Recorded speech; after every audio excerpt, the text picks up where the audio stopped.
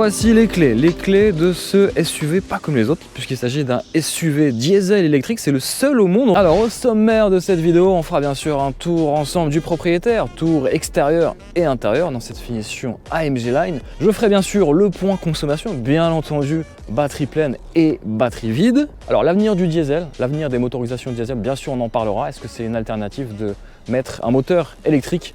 Donc on verra aussi les avantages à prendre cette version hybride diesel plutôt que la version 400D pure diesel. On fera bien sûr le bilan de ce SUV, alors à la fois sur ses qualités et ses défauts. Allez, on se retrouve tout de suite pour la suite de l'essai.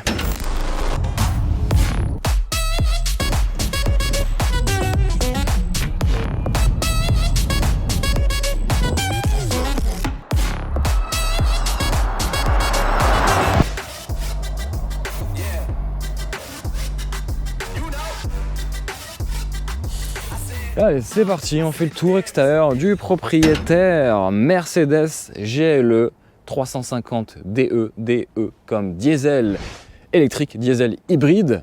Il faut savoir que c'est un SUV massif. Déjà, on est à peu près sur 2 mètres de large et 5 mètres à peu près de long, 4 mètres 91 je crois précisément. Alors on est sur un SUV, je vous le disais, très imposant, et c'est cette partie qui va être le plus imposant. Si vous voyez cette calandre dans votre rétroviseur, c'est absolument énorme. On a des jolis feux multibeam très efficaces de nuit avec une longue portée et surtout qui s'adaptent au flux de la circulation et des panneaux, etc. Donc ça évite d'éblouir les gens. Ici pareil, vous avez cette calandre diamantée, des petits diamants incrustés dans la calandre, c'est plutôt joli, imposant sur nos routes. Et surtout le poids, je vais en parler au fur et à mesure de la vidéo. On est à 2655 kg. Oui, vous avez bien entendu, 2,6 tonnes sur la balance, c'est énorme, énorme. C'est un peu le qualificatif que je pourrais donner à ce véhicule, énorme à la fois sur ses dimensions, énorme en poids. Pour cette finition AMG Line, on a bien sûr à l'avant des boucliers spécifiques, à l'arrière, on le verra juste après, des boucliers spécifiques.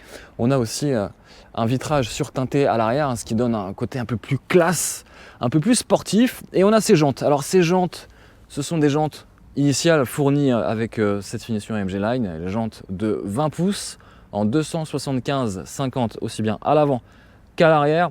Ces jantes, personnellement, je ne suis pas très fan de ces jantes.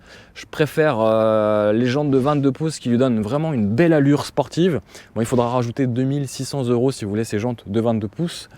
On continue un petit peu de profil, c'est vrai que voilà, c'est un SUV massif, pas forcément cubique, mais massif. Et cette vue arrière, 3/4, on aime ou on n'aime pas. Ça change des anciennes générations avec ces optiques à double incrustation, si vous voulez.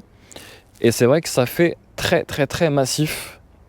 Alors je vous disais, un bouclier spécifique à l'arrière aussi sur cette finition AMG avec ces faux extracteurs d'air. Ces fausses sorties d'échappement, je vais mettre vraiment la main dans les échappements, pas de risque de me salir les mains puisqu'ils sont tout propres, mais ce sont des faux. Il s'agit d'un diesel, la sortie doit se trouver en dessous.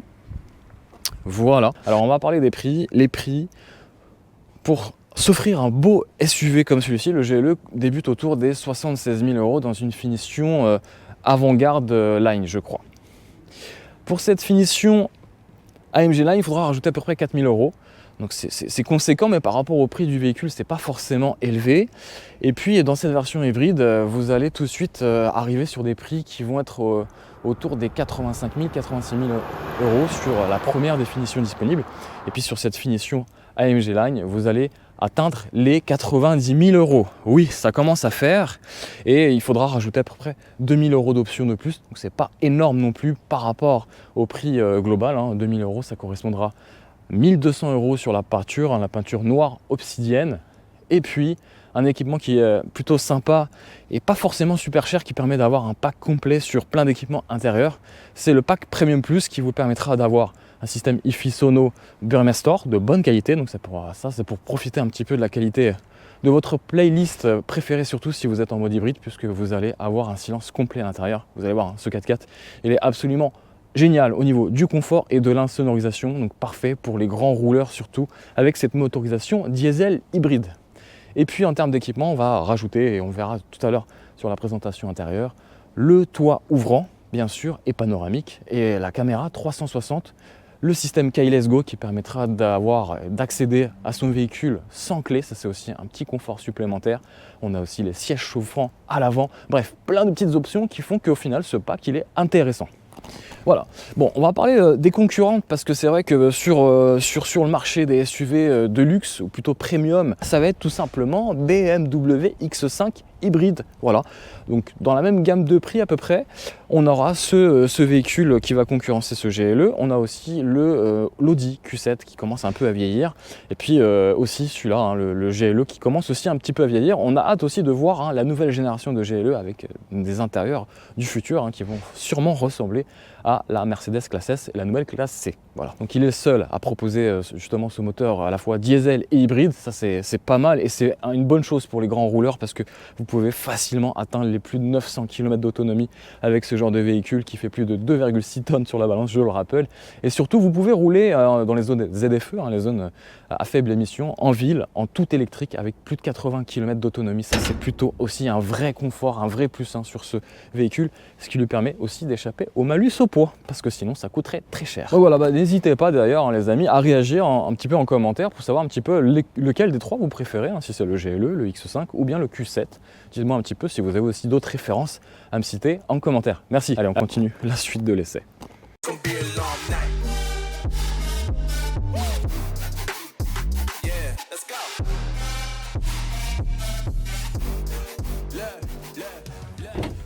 Allez, on ouvre le capot. Vous avez vu un petit peu l'intérieur. On verra ça juste après. Alors ça, c'est spécifique à tous les modèles hybrides EQ Power. Et hop, là on a deux vérins, ça c'est cool. Pratique quand tu fais de la vidéo. Donc sous le capot, on a au cumul un moteur diesel et hybride, ça vous l'avez compris. Au cumul, on a 320 chevaux, c'est 10 chevaux de moins que la version 400D, un moteur purement diesel. Et celui-ci a un 6 cylindres, alors que celui-ci, là, l'hybride, a un moteur 2 litres 4 cylindres, 194 chevaux. On rajoutera les 136 chevaux du moteur électrique et surtout de sa batterie. Hein. Sa batterie qui fait, je vous le rappelle, 31,2 kWh, qui va être appréciable pour avoir une autonomie totale électrique d'environ 80 à 90 km. Ça, c'est plutôt pas mal. Ce moteur, cette motorisation hybride va cumuler le meilleur des deux mondes à partir du moment où vous jouez le jeu de recharger la batterie. Vous allez cumuler à la fois de la puissance, du couple et de l'autonomie, surtout l'autonomie électrique et surtout un gain en réactivité, surtout sur les accélérations.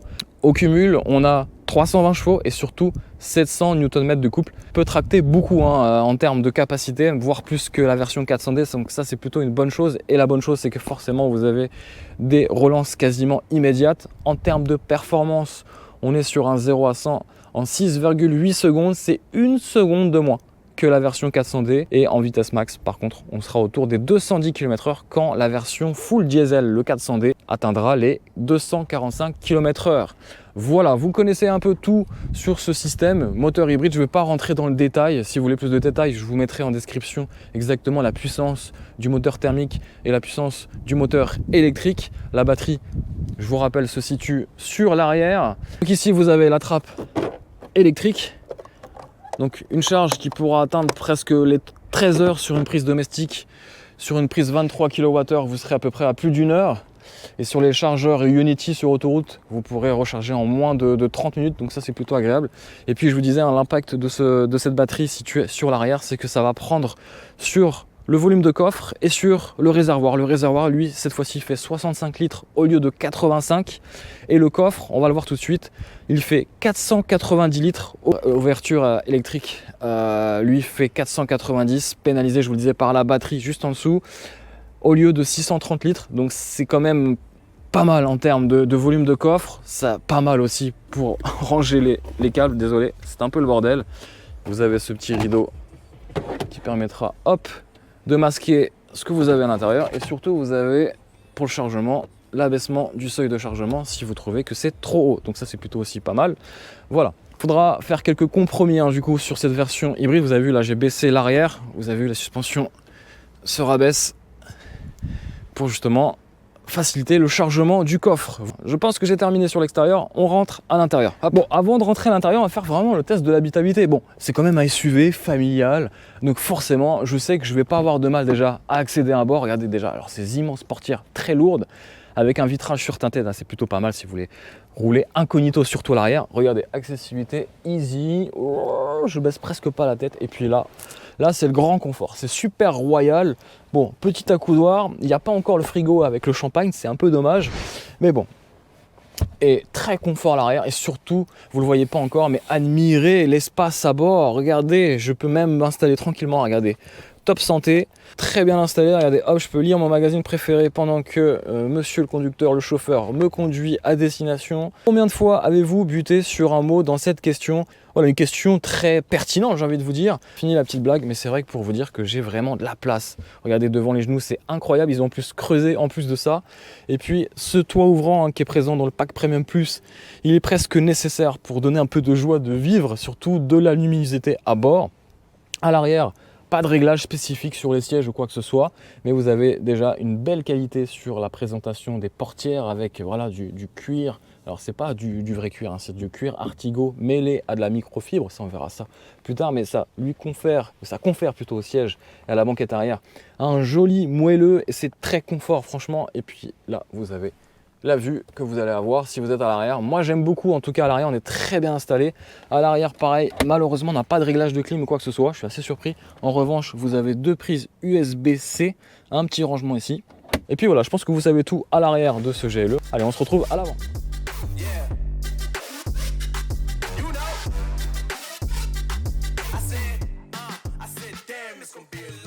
Alors c'est vrai qu'il est massif, regardez. Moi je fais 1m77 et on doit être pas loin des 1m80 avec les barres de toit. Barre de toit en aluminium, il est haut, hein. Regardez, je suis obligé de tendre la main. Alors pour s'installer à bord, c'est pareil, pas de marchepied malheureusement. On a par contre un seuil de porte rétro-éclairé de nuit Mercedes. Alors je sais pas si on le voit ici, voilà, comme ça. Des tapis brodés AMG, on est sur une finition AMG, on n'est pas sur la version GLE 63S AMG, attention. Donc je vous disais, hein, ces portières qui sont hautes et lourdes, donc on a l'impression de déjà une sensation de robustesse quand on a la poignée dans la main. Ici, voilà, signature Mercedes, hein, réglage des sièges électriques sur la portière. Alors on aime, on n'aime pas, mais je trouve que c'est pratique parce que ça évite de chercher sur le siège. Là, tout est sur la portière. Siège chauffant. Alors à votre avis, cette touche là, avec le siège et le R, c'est quoi? Allez, je vous donne la réponse juste après, mais si vous avez la réponse, n'hésitez pas à la dire en commentaire. Avec ce pack Premium Plus que je vous disais, vous avez aussi la sono Burmester qui permettra d'avoir une belle qualité auditive hein, sur ce Mercedes GLE, surtout de profiter d'un volume sonore intérieur qui est plutôt favorable. Donc pour les fins mélomanes, vous avez bien sûr la sono Burmester dans ce pack Premium Plus. L'intérieur est plutôt sympathique. On a quelque chose de très raffiné. On a des sièges réglables bien sûr électriquement. Vous avez compris qu'ils étaient aussi chauffants. On est sur un cuir Artigo. Alors il me semble que c'est du faux cuir. Par contre, avec de la microfibre. On ne dit pas Alcantara, mais microfibre. Parce qu'Alcantara, c'est un tissu, nom d'une marque spécifique. Voilà, c'est plutôt joli. Et puis admirez ce toit panoramique ouvrant qui donne clairement de la lumière, de la luminosité à bord de ce Mercedes GLE. Admirez aussi la console centrale. C'est très très imposant. Ces poignées qui vous permettre de vous agripper pour rentrer à bord parce que regardez, alors on s'en rend pas compte forcément à la caméra mais c'est haut donc on est obligé de mettre le pied là, hop, et surtout pour les petites tailles, hop, vous accrochez là pour rentrer. Je pense que c'est ça hein, l'explication de la présence de ces poignées sur la console centrale. Grand écran, on pourrait presque avoir l'impression que cet écran fait un, mais il est juste voilà, assemblé. Il y a un écran derrière le volant et un écran ici. On aime, on n'aime pas, ambiance XXL à bord, hein, c'est vraiment un SUV où il y a de la place à vivre. Allez, je vais rentrer à l'intérieur et activer le mode grand angle. Hop. Alors à bord, bien sûr, on aura Adèle qui vous accueillera avec une belle mélodie, une belle symphonie, hein, si vous voulez profiter du son Burmester. Non, je ne suis pas là pour vous faire vendre ou vous faire acheter ce son, mais honnêtement, c'est l'un des meilleurs sons hein, sur le marché. J'aime beaucoup. Voilà un petit peu ce que vous allez avoir comme vue, hein, si vous êtes futur propriétaire ou actuel propriétaire d'un Mercedes 350 GLE. Alors tout de suite, hein, on le verra sur le comportement routier, mais il est positionné très haut, hein, on a l'impression d'être quasiment à la hauteur des camions. J'exagère un peu, mais honnêtement, c'est très très très impressionnant. Le volant, vous le connaissez, hein, c'est à peu près le même qu'on a actuellement sur le GLC ou autre. Je pense que demain, hein, dans le futur, on verra les futurs GLE qui sont en cours de production, en cours de préparation, en cours de test. On verra, je pense, un intérieur, un habitat qui va ressembler sûrement au Mercedes Classe S et aux nouvelles Mercedes Classe C avec ce grand écran futuriste. Et pareil avec la réalité augmentée intégrée dans le pare-brise. Ça, c'est dans le futur des Mercedes GLE. Actuellement, honnêtement, il ne fait pas du tout tâche, hein, il n'est pas du tout daté. Je trouve qu'il est encore dans son époque. Très beau, très massif. On aime ou on n'aime pas hein, ces aérateurs ici fixés en dessous de l'écran, tactile bien sûr, qui réagissent super bien. D'ailleurs, en termes de paramétrage, on pourrait rester des heures dessus. Je ne vais pas faire un essai détaillé sur l'infodivertissement, mais c'est ultra réactif. On peut, voilà, et ça vous le savez dans toutes les Mercedes, mais franchement, c'est encore un système à la pointe de tous. Et entre BMW, Audi et Mercedes, honnêtement, Mercedes fait fort. Même si ça peut paraître compliqué au final, un peu de temps d'adaptation et vous allez voir que c'est super simple. Même les boutons sensitifs sont de bonne qualité. Quand je vous dis c'est de bonne qualité, c'est que vous n'allez pas avoir une mauvaise manipulation au volant. Tout est bien fait, calibré. Voilà, ils ont mis une petite touche de chrome où ils ont mis un encerclage pour justement comprendre que vous êtes sur la phase du pavé tactile. C'est vachement bien, c'est super réactif. C'est vraiment top, je trouve. Après, on aime, on n'aime pas. Moi, j'aime beaucoup hein, les véhicules où il y a quand même des boutons de réglage physique. Ça, c'est plutôt pratique. On a un réglage de la température, de la ventilation, du recyclage d'air, de la climatisation. Tout est ici. C'est très simple. Et puis voilà. Puis ici, vous avez directement, hop, il faut mettre le contact. Là, vous avez, bien sûr, on verra sur le comportement routier, les différents modes de conduite qui se présentent ici. Vous avez un pad tactile avec un repose-poignet ou un repose-main. Ça aussi, c'est plutôt classe. Bon, ça se perd un petit peu dans les nouvelles voitures où on a tendance à privilégier, épurer un petit peu tout ça. Et moi, j'aime bien. Moi, j'aime bien avoir des boutons en chrome, j'aime bien avoir du cuir, j'aime bien toucher les choses. Bon, petit inconvénient sur ce plastique brillant, piano black, qui prend toutes les rayures, les poussières et les traces de doigts. Alors c'est beau quand c'est neuf et ça sort sous blister, mais après c'est un peu compliqué à nettoyer, donc il faudra vraiment hop, faire le ménage souvent. À l'intérieur, on a bien sûr de ce rangement recharge par induction. Prise USB-C, il y en a deux ici, c'est l'USB-C, attention, c'est pas d'USB. Un qui permettra justement de connecter son smartphone et l'autre pour recharger, c'est plutôt sympathique. Ici vous avez aussi une fonction qui permet justement de se mettre, d'augmenter on va dire la hauteur de passage. C'est vraiment si vous faites du off-road, mais je pense pas que vous allez faire du off-road avec un Mercedes GLE. Boîte de rangement, je suis désolé, c'est un peu le bordel. Voilà, vous avez une prise USB-C ici. Hop, je ferme parce que ça sert à rien de prendre du temps sur ça. Hop, grosse boîte à gants profonde. Ça c'est plutôt cool, pas de rangement sous les sièges, on est quand même sur un véhicule familial, mais pareil à l'arrière on n'a pas de banquette coulissante. Ça c'est un petit peu dommage, mais bon, on n'est pas non plus dans un Renault Espace hein. Voilà, et puis ici vous avez aussi un rangement dans les bacs de porte avec la possibilité d'ouvrir le haillon, le coffre arrière. Ça c'est plutôt une bonne chose. Et c'est vrai qu'il y a quand même pas mal de boutons. Ici vous allez gérer le frein de parking si vous voulez vraiment activer le frein de parking. Vous allez gérer bien sûr les différents modes d'éclairage et puis les anti-brouillards si vous avez besoin. Et puis voilà, et puis vous avez les petits bitoniaux ici, diamantés un peu, avec un guillochage pardon, qui lui va bien. Donc ça c'est plutôt cool. Je sais pas ce que vous en pensez en tout cas de cet intérieur, mais moi j'aime beaucoup et en tout cas c'est le grand confort. Maintenant on va passer à la partie comportement routier et je vais vous dire aussi au niveau consommation que vaut-il ce Mercedes GLE hybride. Et surtout on verra aussi l'avenir du diesel. Est-ce que l'avenir du diesel passera par de l'hybridation? Voilà.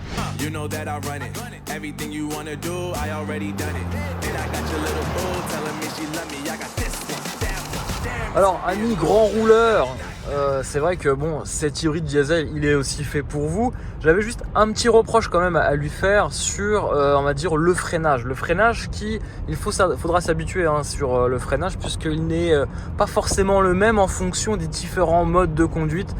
Alors surtout si vous êtes en phase de freinage, donc de récupération d'énergie ou de roue libre, la sensibilité de la pédale de frein sera différente. Donc ça c'est le petit point noir entre guillemets, il faudra s'habituer, ça sera jamais la même pression sur la pédale de frein. Et autre point aussi sur la partie freinage et la partie endurance, au vu des 2,6 tonnes, c'est sûr que ne vous attendez pas à un mordant assez prononcé sur les phases de freinage. Il faudra insister lourdement si je peux me permettre l'expression.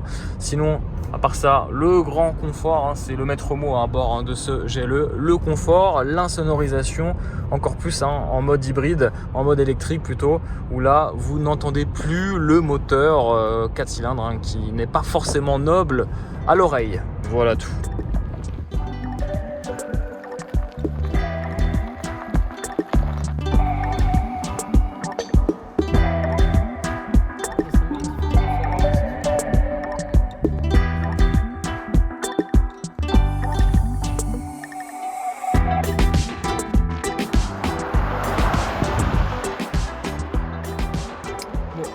termes de consommation électrique cette fois-ci, hein, parce que là en thermique je suis à 0 puisque je fonctionne que en électrique en ville, bien sûr, c'est ça l'avantage de l'hybridation.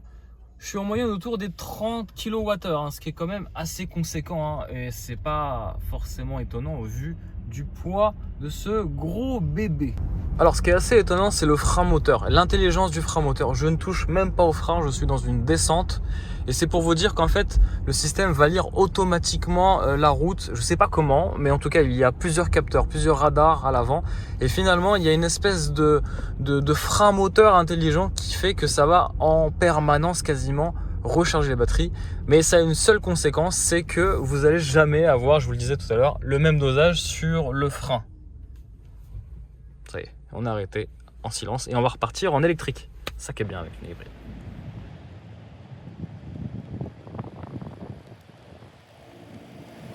Alors au niveau de la boîte de vitesse, c'est une 9G Tronic, donc 9 rapports, ça c'est le top quand vous faites aussi beaucoup de route et vous êtes sur autoroute.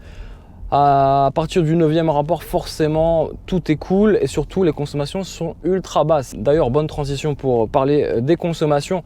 Consommation sur une hybride, vous savez, c'est jamais évident parce que je vais vous parler des consommations avec batterie pleine et batterie vide. Donc, il y aura deux types de consommation.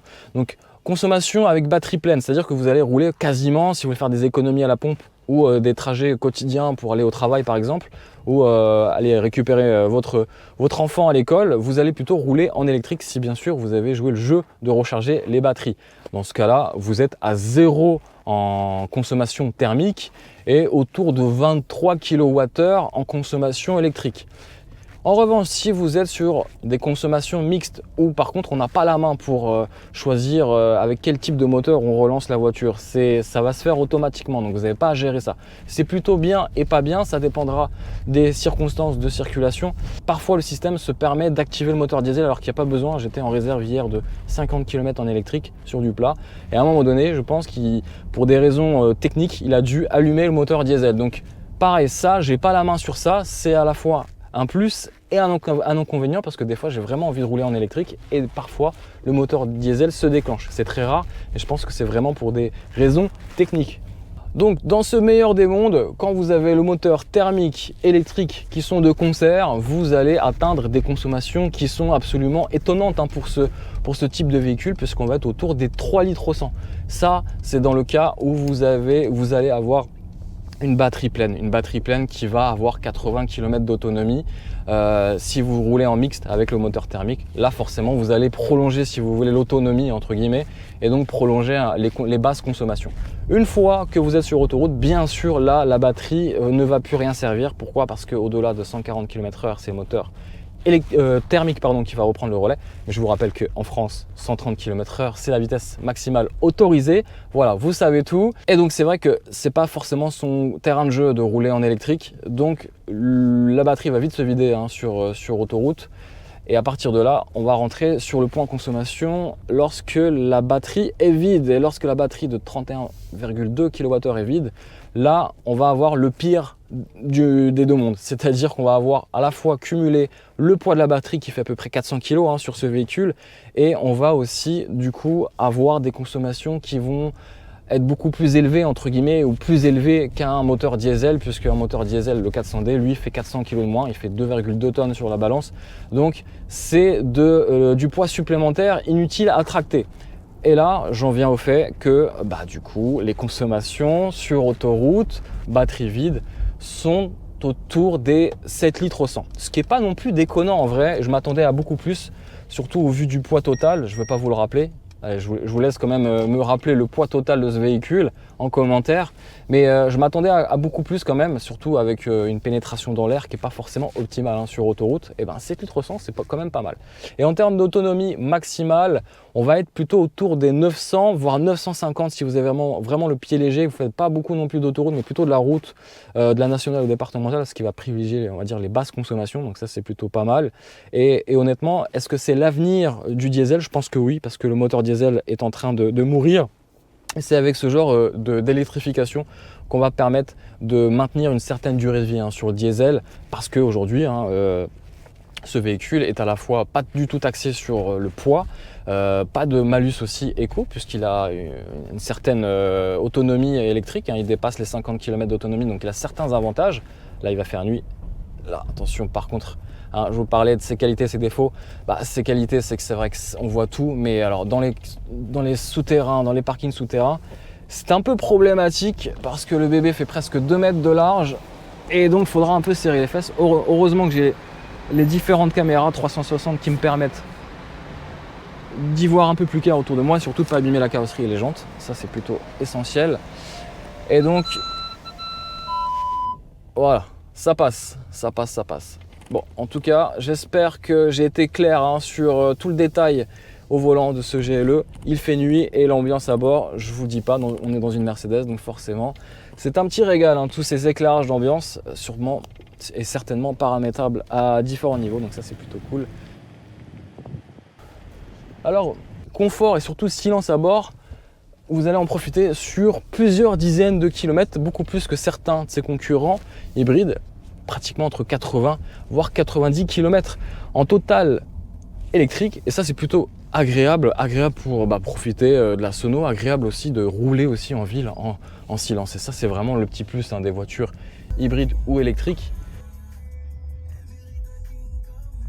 Alors, revers de la médaille, forcément, et je vous en parlais tout à l'heure, c'est le poids. Le poids, 2,6 tonnes sur la balance, ça a un impact direct hein, sur le comportement routier. Pourquoi? Parce que tout simplement, ce GLE est positionné très haut. Et donc, les prises de roulis, même dans les ronds-points, sont assez prononcées. On a un tangage du véhicule qui fait que c'est pas une voiture sportive. On va pas s'amuser à faire des routes spéciales de rallye, sûrement pas avec ce GLE. Le but, c'est vraiment de rouler confort sur de longs trajets, et ça c'est vraiment son point fort, le confort. Et ça c'est dans toutes les Mercedes, même le GLC, c'est le confort. C'est voilà, vous n'avez pas envie de rouler vite, vous avez envie de prendre votre temps, et puis si vous êtes un peu pressé, voilà, vous avez deux concerts, le moteur électrique et le moteur diesel thermique qui vous permettra d'atteindre les 100 km/h en 6,8 petites secondes. C'est pas non plus des performances de GTI, mais on a de quoi assurer clairement des relances pour doubler ou pour s'insérer. Et ça, c'est plutôt très agréable. Je vous rappelle, hein, le poids est assez pachydermique puisqu'on atteint 2,6 tonnes, c'est 2655 kg si vous voulez, pour être plus précis hein, sur le poids de ce gros SUV.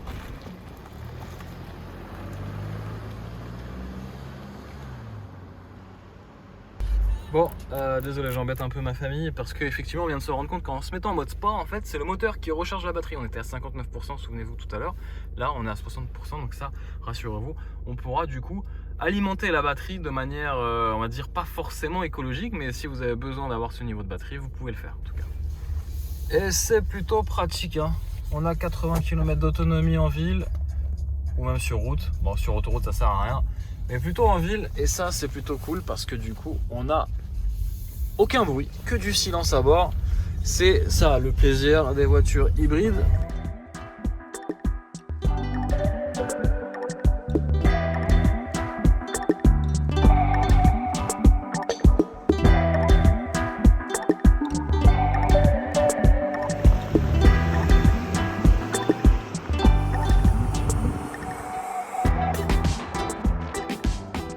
Bon les amis, juste là je viens de mettre en position off-road. Vous savez, il y a plusieurs modes de conduite. Là le mode off-road va augmenter hein, le châssis, la hauteur du châssis de quelques centimètres. Et là vous voyez que c'est quand même un gros SUV baroudeur incapable de faire du off-road. Et oui, ça paraît peut-être étonnant, mais vous pouvez faire du off-road avec un Mercedes GLE. Bon, autre point, c'est un diesel, écoutez.